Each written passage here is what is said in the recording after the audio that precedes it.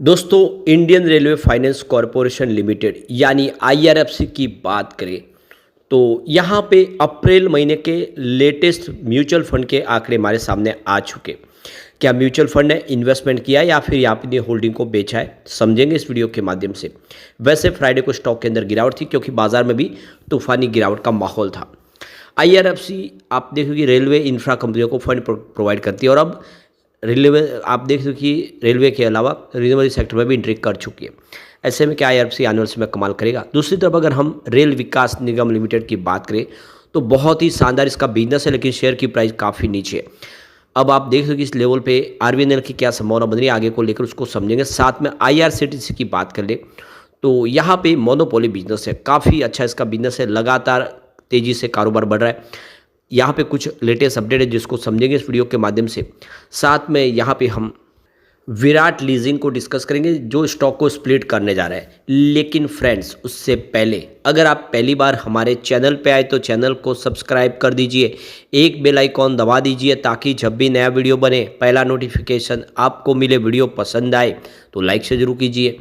चलो friends, video start करते हैं। मैं हूँ आपका दोस्त एसपी दवे और हमारे अपने चैनल ऑनलाइन कमाई में आपका बहुत बहुत स्वागत है। तो सबसे पहले आईआरएफसी के कारोबार की बात करें तो 116 पर क्लोजिंग थी।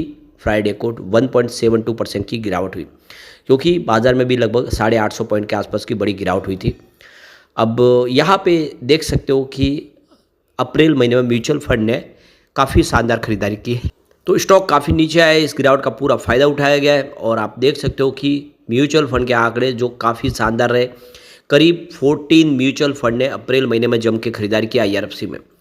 यहाँ पे 3 म्यूचुअल फंड ऐसे भी है जिन्होंने बिकवाले किए, तो ये आंकड़ा बहुत ही कम है।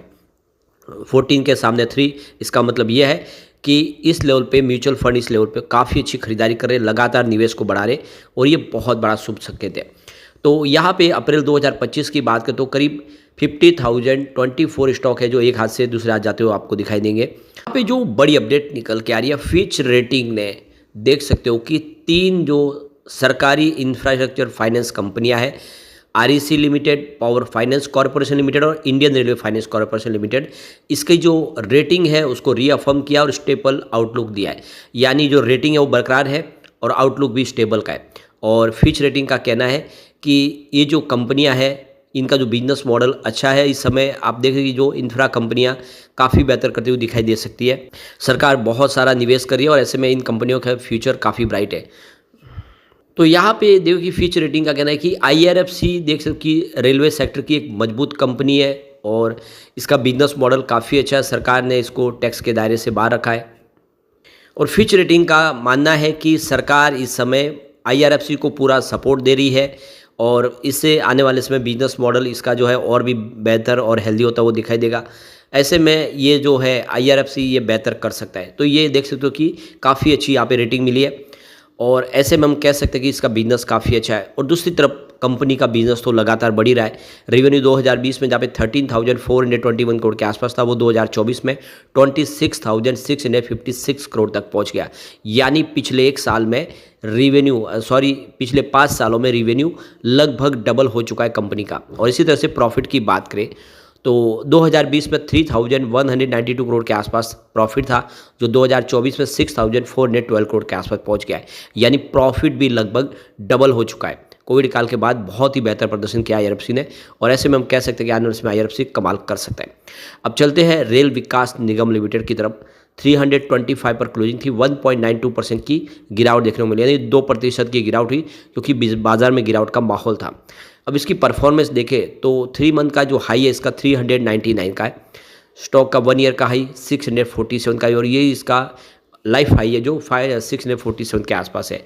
यहाँ से बहुत ज़्यादा करेक्शन हुआ, स्टॉक काफ़ी नीचे आया और आप देख सकते हो कि अभी स्टॉक फिर से निचले लेवल से काफ़ी अट्रैक्टिव हो गया है। 3 मंथ का लो इसका 305 के आसपास है, 1 ईयर का लो इसका 249 का है। लेकिन अगर हम बात करें इसके 3 ईयर के लो तो मात्र 29 रुपीज़ का है, जो काफ़ी नीचे है। और 5 ईयर का लो तो मात्र 16 रुपये। यानी कोविड काल के अंदर आप देखें तो 16 रुपये के आसपास जो स्टॉक था वो 646 तक चला गया। बहुत ही बड़ा मल्टीबैगर साबित हुआ और अब करेक्ट के बाद फिर से एंट्री का एक मौका बन रहा है। अब यहाँ पे अप्रैल महीने के जो म्यूचुअल फंड के आंकड़े निकल कर आए वो काफ़ी उत्साहवर्धक है, ज़बरदस्त है। यहाँ पे अप्रैल महीने में करीब 14 म्यूचुअल फंड ने जम के खरीदारी की है आरवीएनएल में एक भी ऐसा म्यूचुअल फंड नहीं है जिन्होंने यहाँ पे बिकवाली की, यानी इस लेवल पे कोई बिकवाली करना पसंद नहीं करे। काफ़ी जम के खरीदारी हो रही है। ये इशारा है कि आने वाले समय में आरवीएनएल कमाल कर सकता है। तो ये देख लो कि इस बार 46,079 शेयरों की अदला बदली हुई है और हम कह सकते हैं कि आने वाले समय आरवीएनएल काफ़ी बेहतर लगेगा। तो सबसे बड़ी बात है कि इसकी ऑर्डर बुक बहुत ज़बरदस्त है, करीब 97,000 करोड़ की ऑर्डर बुक है दिसंबर क्वार्टर के एंड तक। और आप देख सकते हो कि लगातार इसका बिजनेस बढ़ रहा है। अभी फ्रेश प्रोजेक्ट मिला 554 करोड़ का और ये देख लो कि 730 दिन में इसको कंप्लीट किया जाएगा। इस तरह से बहुत सारे प्रोजेक्ट कंपनी के पास है। ग्लोबल मार्केट में भी कंपनी बहुत सारे जॉइंट वेंचर्स बना के तेज़ी से अपने कारोबार को आगे बढ़ा रही है और इंडिया में भी बहुत सारे रेलवे सेक्टर के लिए, पावर सेक्टर के लिए प्रोजेक्ट कंपनी कर रही है और यहाँ तक कि वंदे भारत ट्रेन भी बना रही है। तो ऐसे में हम कह सकते हैं कि आरवीएनएल कमाल कर सकता है। एक बहुत अच्छा मौका है उनके लिए जो इसको होल्ड करना चाहे लॉन्ग टर्म के लिए। चलते हैं आईआरसीटीसी की तरफ। तो 724 पर क्लोजिंग थी, 0.43% की गिरावट देखने को मिली। यहाँ पे अप्रैल महीने में अगर आप देखें तो अच्छे खासी म्यूचुअल फंड ने जम के खरीदारी की है। करीब 17 म्यूचुअल फंड थे जिन्होंने निवेश किया है, देख सकते हो कि आईआरसीटीसी में, लेकिन सामने 6 म्यूचुअल फंड है जिन्होंने बिकवाली की है। तो जो पलड़ा भारी है वो खरीदारों का है। काफ़ी शानदार खरीदारी की गई है और बहुत सारा निवेश हुआ। करीब 1,06,506 शेयरों की यहाँ पे अदला बदली हुई है। तो कुल मिला के बहुत बेहतर उम्मीद की जा सकती है। इसका मोनोपोली बिजनेस है, काफ़ी तेज़ी से बढ़ता हुआ कारोबार है। यहाँ पे एक जो बड़ी अपडेट निकल के आ रही है, भारत ट्रेन में यात्रा के नियमों में कुछ बदलाव किया गया है। यात्रियों को सुरक्षित और पारदर्शी तरीके से यात्रा करने का मौका देने के लिए आईआरसीटीसी ने यहाँ पे टिकट बुकिंग के लिए नए नियम लागू किए।